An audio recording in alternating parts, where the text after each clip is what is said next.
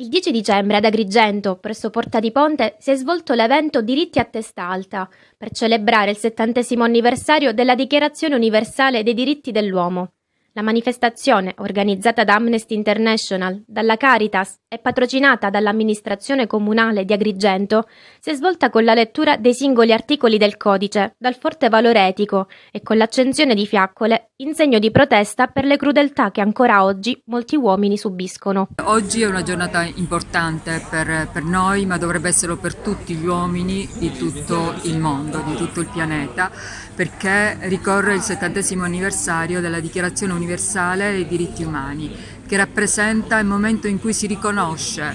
e si spera una volta per tutte che tutti gli uomini, in quanto uomini, hanno tutti i diritti scritti nella Carta. Oggi assistiamo a numerosissime violazioni, un po' dappertutto. Amnesty International pubblica ogni anno un rapporto che fa il punto sulla situazione dei diritti umani nel mondo. Ed è un libro piuttosto grosso e che comprende un po' tutti i paesi del mondo, credo nessuno escluso. Ovviamente con situazioni anche molto diverse, qualcuno ha più pagine, altri paesi meno, però un po' dappertutto vengono messe in atto violazioni dei diritti umani. Io che lavoro al carcere,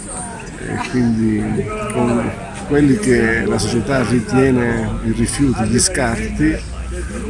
credo che si debba partire dalla considerazione della persona e solo partendo dalla considerazione della persona si può anche sperare in un recupero, ed è quello che io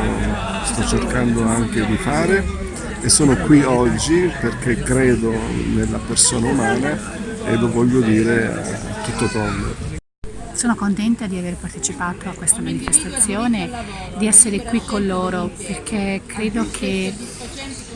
ogni persona umana è importante e oggi siamo qui per celebrare la persona e siamo tutti uguali e abbiamo tutti gli stessi diritti e soprattutto siamo tutti fratelli in umanità. Quindi credo che sia proprio di massima importanza che ognuno di noi si impegni a far sì che questi diritti fondamentali degli uomini, delle donne di oggi siano rispettati, soprattutto nel momento particolare che stiamo vivendo, dove sentiamo sempre più nascere il razzismo, l'odio, il rifiuto.